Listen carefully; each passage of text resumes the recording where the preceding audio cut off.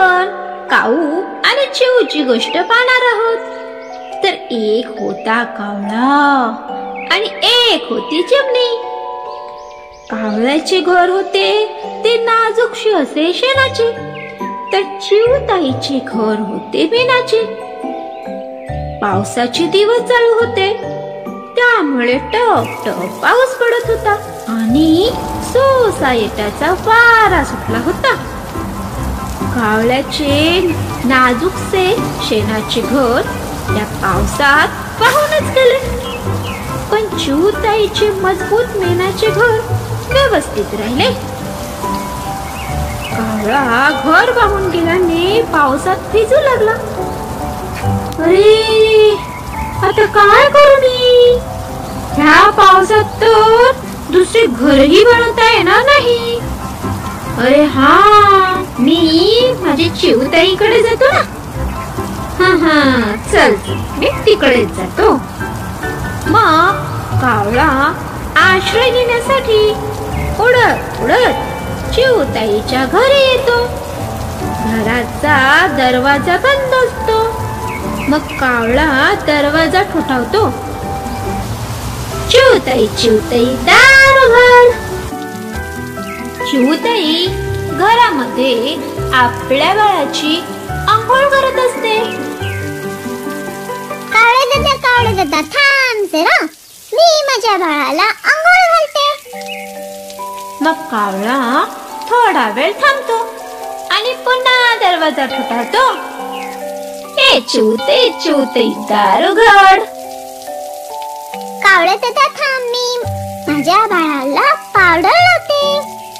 काही वेळाने कावळा पुन्हा आवाज देतो. चिऊताई, चिऊताई, दार उघड. कावळे दादा थांब जरा, मी माझ्या बाळाला खाऊ देते.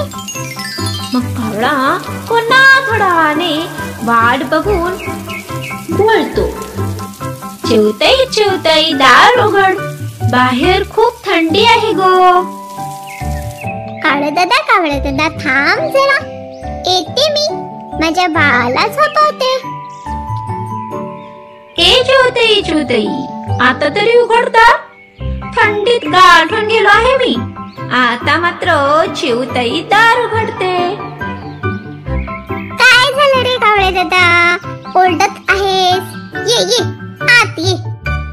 मग कावळा आतमध्ये येतो.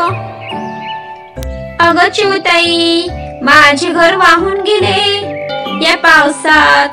बाहेर कसा काय राहू मी? म्हणून मी तुझ्या घरी आलो आहे. अरे अरे, खूपच वाईट झाले. ठीक आहे, चल चल, तुला खूप थंडी लागली आहे ना रे. तू काही वेळ चुली जवळ शेकून घे, तुला थोडे बरे वाटेल. माझे बाळकी नाही झोपले आहे, तर मी त्याला जरा पाहून येते. तू आवाज करू नकोस बरे. मग चिऊताई आपल्या बाळाजवळ जाते. चिऊताईने मस्त जेवण बनवले होते. चपाती, भाजी, खीर आणि गरम गरम पापड भाजले होते आणि त्याचा खूप छान खमंग सुटला होता. कावळ्याला तर खूपच भूक लागलेली होती आणि ते सर्व त्याला खाण्याची इच्छा होते. मग तो गुपचूप चिऊताईला न विचारता ते सर्व खाण्यास सुरुवात करतो. पण पापड खात असताना कुडुम कुडुम आवाज होतो. चिऊताई आतून आवाज देते. कावळे दादा, काय करतोस रे? अगं चिऊताई, काही नाही ग. थंडीमुळे माझे दात वाजतात ग. काही वेळाने कावळा पुन्हा सर्व पदार्थ खातो. कावळे दादा, काय खातोस रे? कुडुम कुडुम आवाज येत आहे. काही नाही ग चिऊताई, सांगितले ना, थंडीमुळे माझे दात वाजत आहेत. थोड्या वेळाने चिऊताईला पुन्हा कडम कडम आवाज येतो. मग तिला रागच येतो.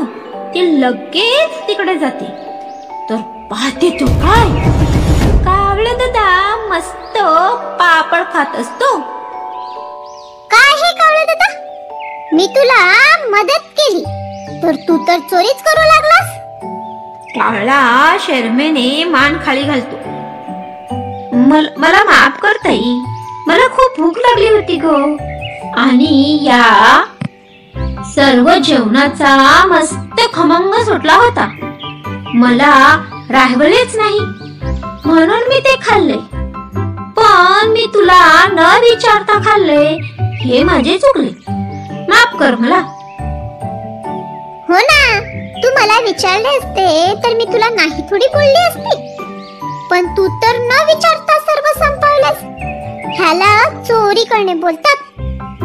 आता तू निघून जा आताच्या आता माझ्या घरातून. मग कावळा पुन्हा पावसात भिजत निघून जातो. ठीक, मग विचारल्याशिवाय दुसऱ्याच्या वस्तूला कधीच हात लावू नये.